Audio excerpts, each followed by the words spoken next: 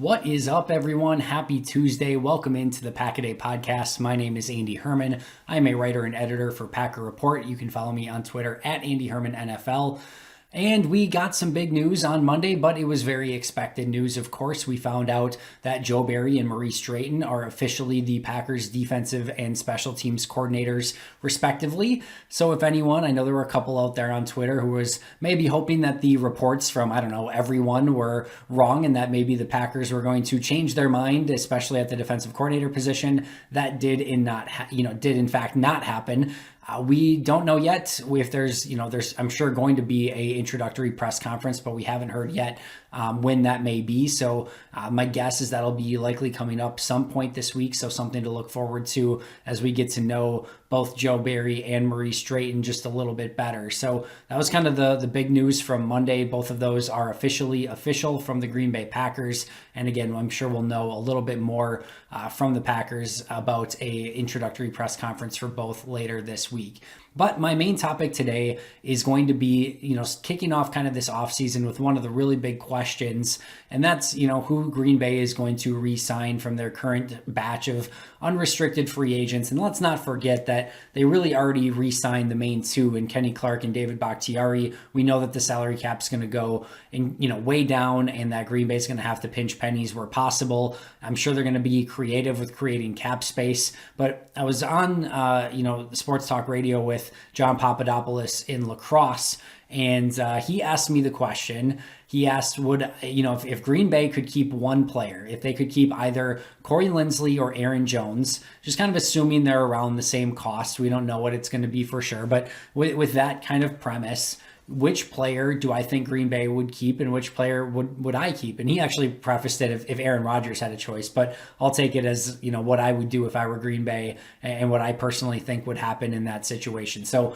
the question today is, if given the choice and you can only keep one of them and they're around the same cost, would you rather keep Corey Linsley or Aaron Jones? So it's an interesting question. So let's start off at the running back position because I think you have to look at that first. You have A.J. Dillon. Jamal Williams is going to be a free agent. He just signed with a new agent on Monday as well, so that's worth monitoring.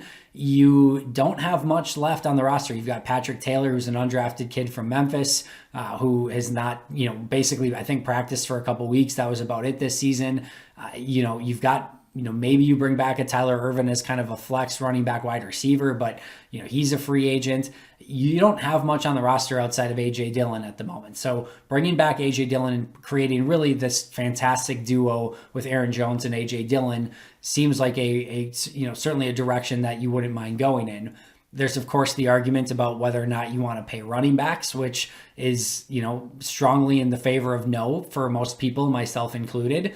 I think you also have to look at the playmakers on the Packers offense. Aaron Jones is one of the few players who can get the ball in his hands and take it the distance on any given touch. And it's not like he's a 4.3 40 guy or, that he, is a consistent or constant game breaker, but he's one of the few on the team that has the ability to do that.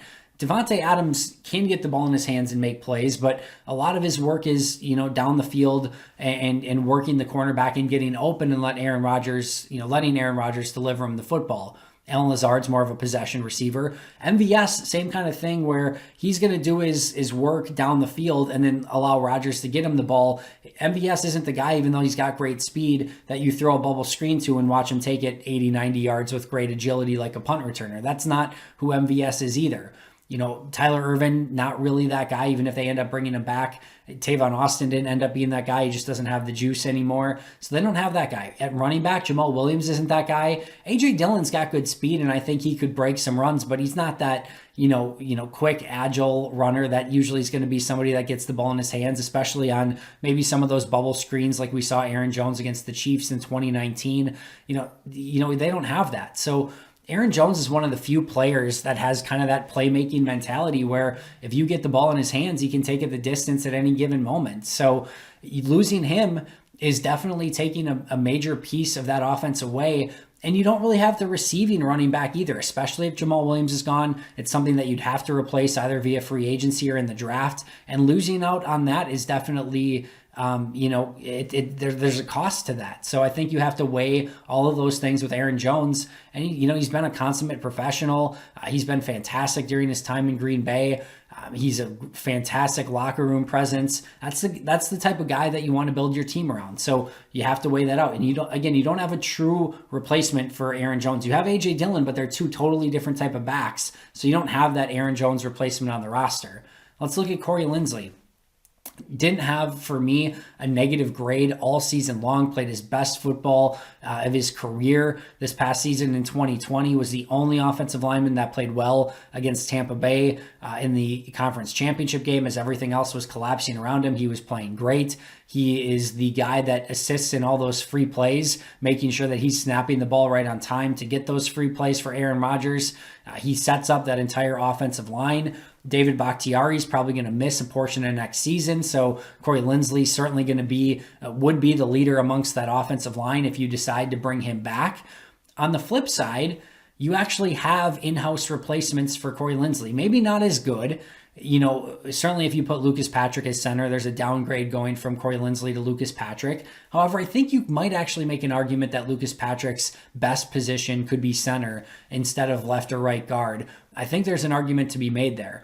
Elgton Jenkins, I actually think the same thing. I think there's an argument to be made that his best position long-term may be center as well. I know he's been good at guard. I know he's flashed at tackle, but I think you can make an argument that, you could plug him in at center for probably the next 8 years and be, feel really good at your center position. So you have some replacements there. Now, if you move Elgton Jenkins to center, you've definitely got a hole at left guard, and maybe you're putting John Runyan Jr. there with Lucas Patrick at the other guard. Well, now you're going John Runyan Jr. instead of Corey Linsley. Your overall talent on the interior of the offensive line has gone down, and now your depth has taken a hit as well. With Rick Wagner potentially being a cap casualty, with David Bakhtiari being on injury, you have a very thin offensive line if you don't bring Corey Linsley back. You could be looking at, Billy Turner at left tackle.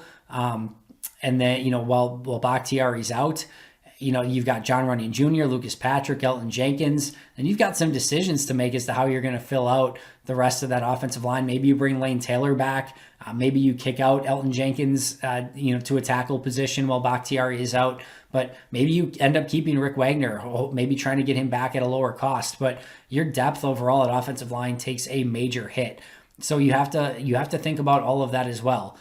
Corey Linsley, a little bit older. Neither center or running back are necessarily premium positions in the NFL, but we just came off a Super Bowl where we learned how important it is to have, to control the line of scrimmage, both on the offensive line and on the defensive front, making sure you're getting pressure, making sure that you're able on the offensive line side to run the football and creating a pocket for Aaron Rodgers.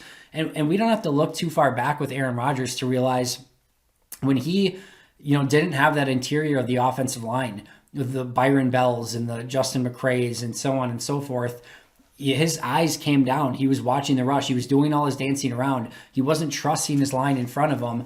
And we saw that a little bit even against Tampa Bay in the NFC Championship game where Sue and Pierre-Paul and Shaq Barrett and then Vita Vea, that entire group, was really controlling the line of scrimmage. And for the first time all season, you started seeing him divert his eyes from downfield and start, trying to buy time. You saw it in the Super Bowl with Patrick Mahomes.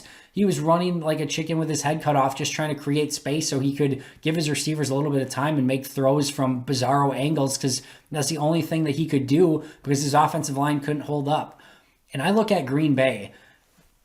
I know everyone would love to have Aaron Jones back, but to me, that offense can click without Aaron Jones if you've got a good offensive line. If you've got Rodgers at quarterback, Adams at receiver, Tunyon at tight end, guys like MVS and Allen Lazard, A.J. Dillon, maybe you bring in a fourth-round pick at running back. To me, if your offensive line is great and you've got Aaron Rodgers and Devontae Adams, you can succeed with those other maybe lesser pieces on offense. And I still think A.J. Dillon brings a lot to the table. But if your offensive line isn't good and Aaron Rodgers is diverting his eyes and bringing him down and not keeping his focus downfield, and he starts getting back to scrambling to hero Aaron Rodgers, your offense takes a major hit. And looking back at this past year, Tampa Bay was the team that beat Green Bay with that philosophy. We're going to get in the backfield and we're going to beat up Aaron Rodgers and make sure that he gets off of his spot and not give, easy throwing opportunities. That's what beat Green Bay. When Green Bay's been without some of their running backs, including Aaron Jones, they've been able to run their offense just fine. But when there's been immediate pressure, that changes everything. So while I ultimately feel that both are potentially gone and neither may be back with Green Bay, if it's my decision, if it's my choice, and that was the question that was posed to me, and that's what I'm going over today, there's no question in my mind I'm going Corey Linsley over Aaron Jones. I think Linsley is a slightly more premium position. I think if apples to apples, even if all things were equal, I think Corey Linsley is a slightly better overall player than Aaron Jones. And I think the success of this offense and Aaron Rodgers is so much more based upon the offensive line. He can throw receivers open. He can make things happen, but you've got to give him time in the pocket and make sure that he's trusting his offensive line in front of him. We saw that all year long. He was the MVP. Even in the championship game, he tried to make things happen, but we saw what pressure could do. Again, to me, just Corey Linsley is the correct answer here day in and day out, and I would choose it 100 times out of 100. No disrespect whatsoever to Aaron Jones. Would love to have everyone back, but if given the choice, I'm going Corey Linsley over Aaron Jones. All right, shoot in the comments below who you would pick, Aaron Jones or Corey Linsley. You can have one of them, same contract. Which one are you moving forward with? I'm interested to see your comments below. Make sure to subscribe while you're doing so if you have not already. Make sure to check out our audio podcast today with Dan Kontnick and Janelle Mackey. That's going to do it for me. Until next time, and as always, go Pack Go.